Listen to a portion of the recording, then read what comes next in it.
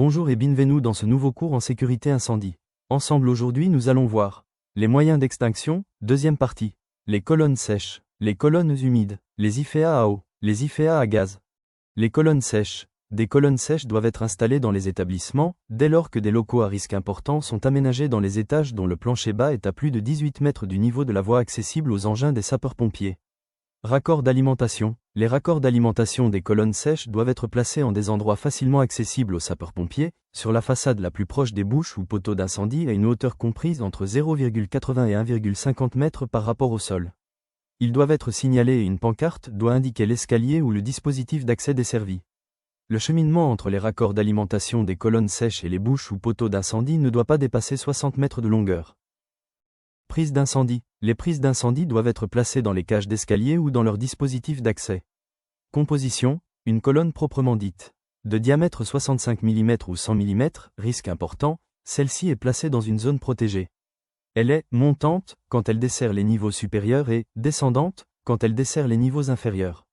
Elle est munie de dispositifs de vidange, de purge d'air et dispositifs antibéliers. Alimentation. Les colonnes sèches sont alimentées en eau au moment du sinistre par les pompiers eux-mêmes grâce aux pompes de leurs engins. Pour cela, ils s'alimentent à l'hydrant le plus proche et se raccordent au point d'alimentation prévu à cet effet. La colonne est donc mise en charge au moment du raccordement. Entretien. Les agents de sécurité sont chargés, lors de leur ronde, de s'assurer de l'accessibilité des prises incendie et de la présence des bouchons au raccord. Pas de déchets dans la colonne. Pas de dégradation de la colonne. Accès facile pour les secours. Effectuer des essais de mise à l'eau 1 an. Les colonnes humides. Colonnes reliées à des réservoirs, pompes et suppresseurs permettant d'alimenter directement les lances d'incendie DSP, elles sont dites en charge. Les colonnes en charge peuvent être imposées dans certains établissements importants ou dans les immeubles de grande hauteur de plus de 50 mètres. Alimentées par un réservoir en charge, des surpresseurs, des pompes, etc. La colonne humide doit assurer en permanence à l'un quelconque des niveaux de l'établissement, pendant le temps requis pour la stabilité au feu du bâtiment, avec un minimum d'une heure. Flèche vers la droite un débit de 1000 L, min. Flèche vers la droite une pression de 4,5 à 8,5 bars. Quand le débit est assuré par des réservoirs, ils doivent avoir une capacité telle qu'un débit de 60 m3 par heure au moins, soit réservé au service incendie pendant le temps requis pour la stabilité au feu du bâtiment avec un minimum d'une heure. Le raccord d'alimentation doit être situé à moins de 60 mètres d'un poteau ou d'une bouche d'incendie. Elles sont installées dans une zone protégée de l'incendie. Cage d'escalier, dispositif d'accès, façade la plus proche des poteaux, bouche d'incendie.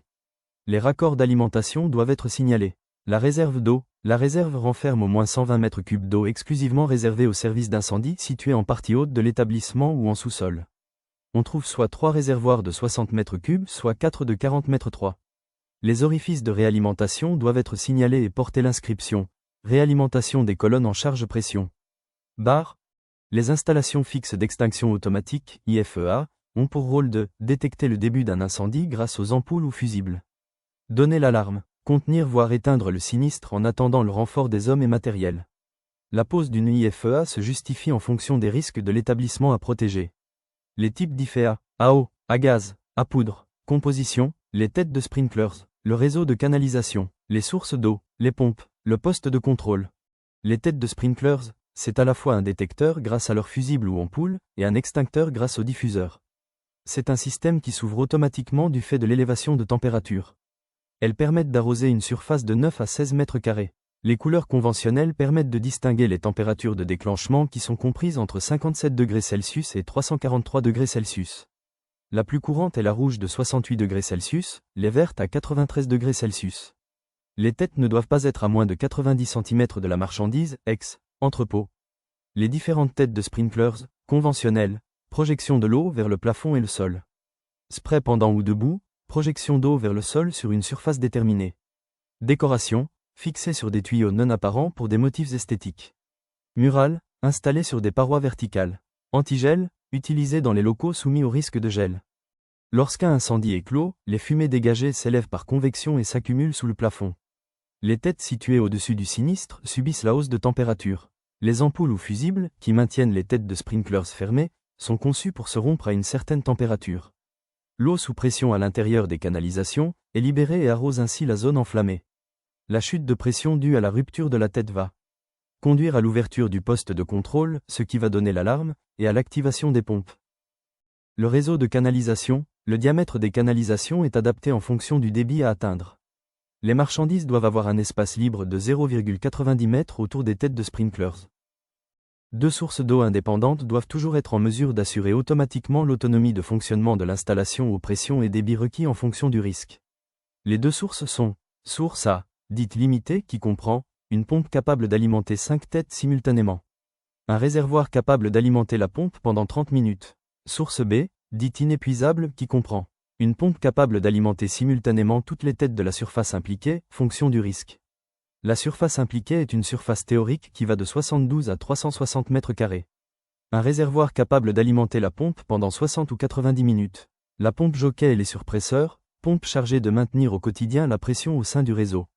Elle compense les fuites du système. Explication, la pression de fonctionnement est de 8 bars. Si une tête éclate, l'indicateur de passage d'eau envoie une alarme restreinte au PC. Le clapet bascule, le gong est actionné. Lorsque la pression chute à 7,5 bars, la pompe jockey démarre automatiquement. Si elle ne peut compenser la chute de pression jusqu'à 8 bars, le surpresseur démarre automatiquement. Il alimentera 5 têtes pendant un demi-H. Passé ce délai et dès que la source a été épuisée, le surpresseur B prend le relais automatiquement et alimente l'ensemble de la surface impliquée pendant 90 minutes. L'arrêt de ce surpresseur ne peut se faire que sur ordre des pompiers. Le poste de contrôle a pour but de donner l'alarme à la suite de l'écoulement d'eau, gong hydraulique. D'interrompre le débit d'eau, vanne d'arrêt, de vidanger l'installation, vanne de vidange. Composition, une vanne d'arrêt. Un clapet d'alarme. 2 manomètres placés en amont et en aval. Une turbine hydraulique entraînant la cloche d'alarme. Une vanne de vidange et une vanne d'essai de la cloche d'alarme. Éventuellement, un accélérateur. Les postes sont installés dans le local sprinkler. Un poste alimente 1000 têtes, soit 9000 m² au maximum. Les différents types d'installations, installation sous eau. Les canalisations remplies en permanence d'eau sous pression, 8 à 9 bars. Installation sous air. Les canalisations du réseau sont maintenues en permanence sous air comprimé, 2,5 bars, en aval du poste de contrôle et sous eau, 8 à 9 bars, en amont du poste. Installation alternative, alternativement sous air ou sous eau selon les saisons. Point. Installation déluge. Le réseau est équipé de têtes de sprinkler ouvertes, c'est-à-dire sans fusible ou ampoule. Ainsi, le déclenchement du système s'effectue directement sur l'ensemble de la zone protégée. L'envahissement par l'eau est soit manuel, soit asservi par un système de détection ou par un réseau pilote de sprinklers conventionnels. Installations destinées à la protection de risques spéciaux ou des feux à développement rapide et intense sont à craindre.